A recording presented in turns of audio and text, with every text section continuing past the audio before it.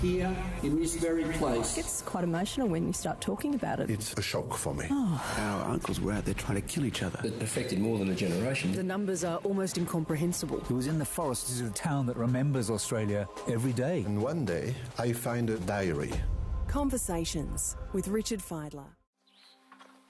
The Rawes family sent 2 brothers to war. But there was another family from South Australia who sent even more. Within the Leane family, 5 brothers and 7 sons signed up for the Great War, and a bunch of them found themselves in Pozieres in 1916. Wendy Frew is a journalist and a descendant of the Leane family, and these men included her great-grandfather and several great-uncles. Wendy's written a family memoir called Leane Times. How many Leanes, how many members of your family were at Pozieres, Wendy? I think, from what I can work out, that of the 12 in this immediate family who enlisted, across the whole of the war, 7 of them were 7? There, yeah, 7. 7. Was this huge investment of Leane family manpower noticed and picked up by the general public? It was, and I've always been struck about the Leane women or what they thought about, nearly all of their men going. The matriarch of the family, Alice Leane, she would be my great-great-grandmother. She was interviewed by a local journalist, and it was just after she'd received a telegram that her youngest son had been injured. And she was quite proud of them, and I think probably privately she would have been very frightened thinking about so many of them over there. But she expressed kind of dutiful sentiments about them going off to war, and this was the thing to do. And King and country and all that, yes. Very much so. And that story was then syndicated around Australia when I've searched for it in the newspapers. It pops up all over the place. And they were held up as a kind of poster family for recruitment.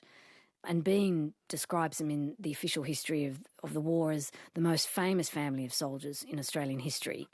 What kind of stories did your mum tell you about the Leane family, her family during the Great War?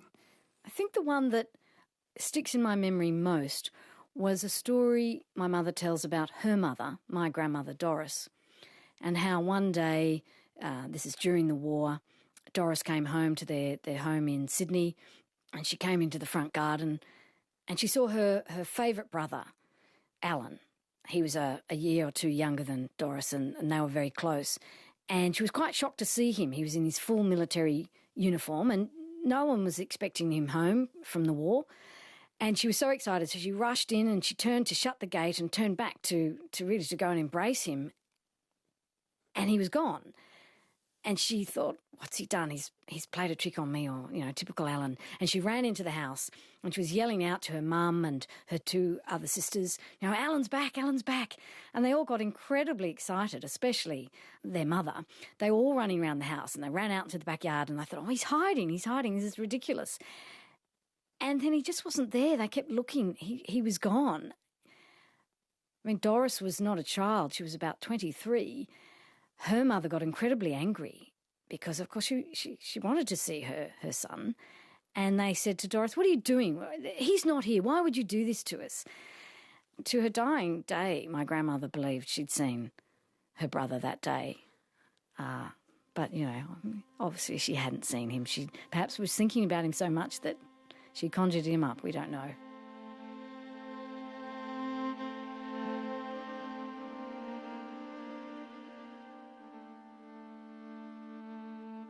When the Great War broke out in 1914, 5 of the Leane brothers signed up.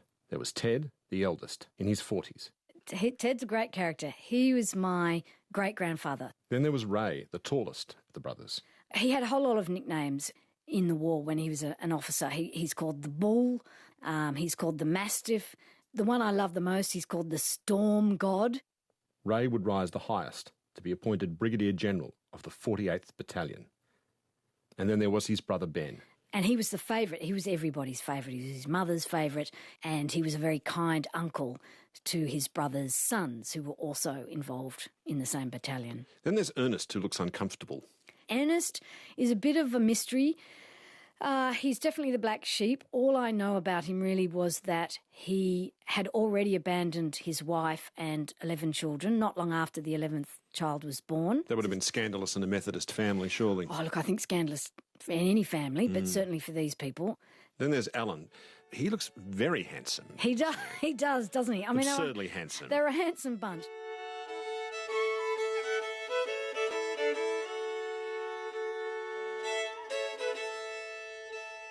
So that's the 5 brothers, and there's 7 sons as well. Were the younger men trying to live up to the reputations of the older men? I think certainly Ted's sons, I think that's very much the case.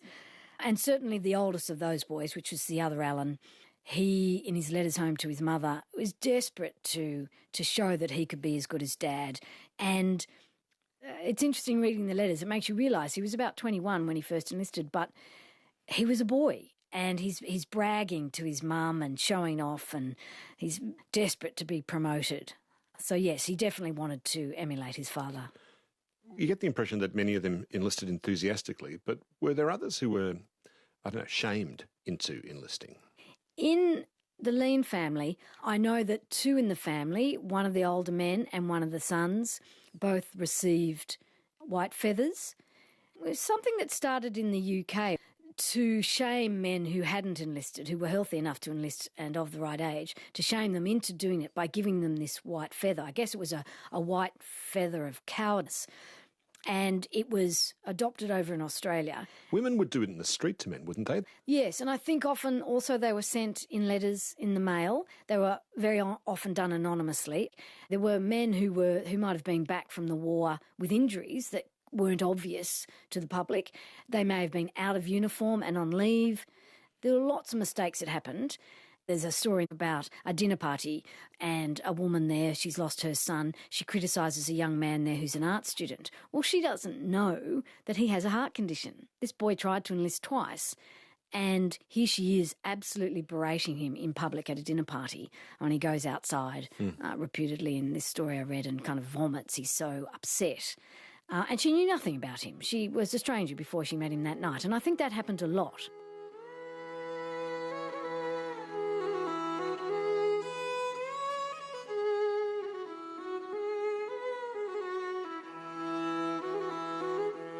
Several of the Leane brothers and their sons were concentrated within the 48th Battalion. Look, a lot of them were with the 48th Battalion. It was called the Joan of Arc Battalion because it was made of Orleans. And Raymond was the commanding officer, and Ben, his young brother, was his 2IC.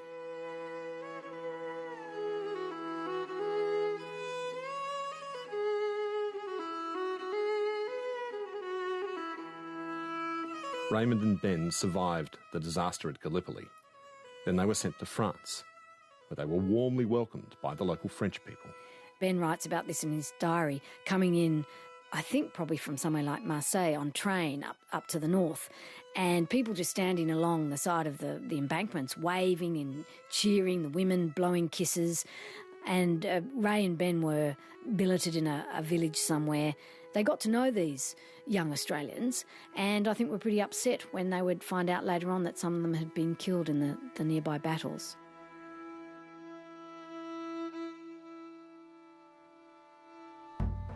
Raymond's battalion was sent to Pozières, and like Wendy says, 7 of the Leane men were present for that battle.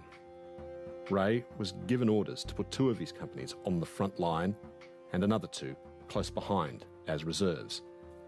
But Ray thought putting these units so close together was foolish and even suicidal, so he insisted on disobeying his written orders.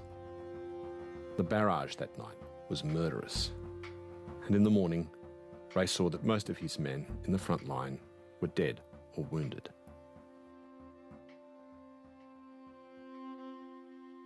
You've got an account in your book of Ray and Ben going on a reconnaissance trip to inspect the trenches, and they were pinned down in a trench by enemy fire for an hour. It sounds just completely nightmarish. How did Ben describe this? Well, he wrote about it in a letter to his wife, and he described it like this. He said, "Shell after shell burst around us, and at last there was a tremendous crash, and I felt the ground closing in on top of me. A big clod shoved my head into the bottom of the trench, and I began to think the debris was never going to stop falling, and I should be buried after a while. However, I managed to wriggle out, and then I found that the side of the trench had been blown right in and had buried Ray and Captain Roberts as well.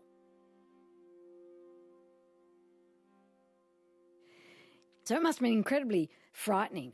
Two of the other officers with them suffered shell shock and had to be sent back behind the lines. And it happened a lot that men were sometimes buried alive, but often buried and then desperately scrambling to get out, or others, digging the earth out from on top of them. Both Ray and Ben survived the Battle of Pozières. But Ben was killed sometime later at the fiasco that was known as the Battle of Bullecourt. He was blown to bits by an exploding shell. The Battle of Bullecourt came in two parts. It was a disaster, but the entire thing was launched again the second day at the same time, very early in the morning, about 4:30 a.m. Ray had to prepare for that second assault, and it must have been, midnight or something, say several hours before the next assault. He goes out and literally picks up Ben's body parts and brings them back down and buries them in a railway embankment. It must have been awful to bury his baby brother after such an assault. Alan Edwin Leane, your great-uncle, was also at Bullecourt. Where was he last seen in that battle? What was he last seen doing? On that second assault, he was leading a unit of men. They were sort of left out on their own. Some of the others had withdrawn. They'd been kind of bombing their way through and hand grenades, getting from trench to trench. And then they suddenly realised they were out there on their own and everyone else was withdrawing. So Alan made the decision to take his men back. And the last that was seen of him, he was, we think, shot in the leg. And then another shell hit. And he was seen by some men in a shell. They thought he was unconscious. Somebody else thought he was shot in the head. But his men had to leave him and withdraw without him. And the last that is reported of him was lying, I think, unconscious in a shell hole. This was the same Alan that was seen in your grandmother's garden? Yes. And of course we don't know now exactly when that premonition came to Doris. The family believe it was before his death. But yes, that was the boy who she saw at the garden gate. It's a strange phenomenon. There's another story in the family which I discovered when I was doing the research of Alice, the matriarch. A picture of Ben that's on the wall in her home in Adelaide fell to the floor, and she apparently said, "Ben's dead." And of course, Ben does die. And I came across stories like that elsewhere. And I think, certainly for the women, they must have been thinking about their men every day and worrying every day. And every time they saw new reports about battles or failures of battles or whatever, or saw the casualty lists, or saw the postman coming down the garden steps, they must have been worried. Would there be a telegram telling me that one of my boys or my husband or my father was dead? And I think that it's the power of that love and fear, I guess, that perhaps brings about these instances.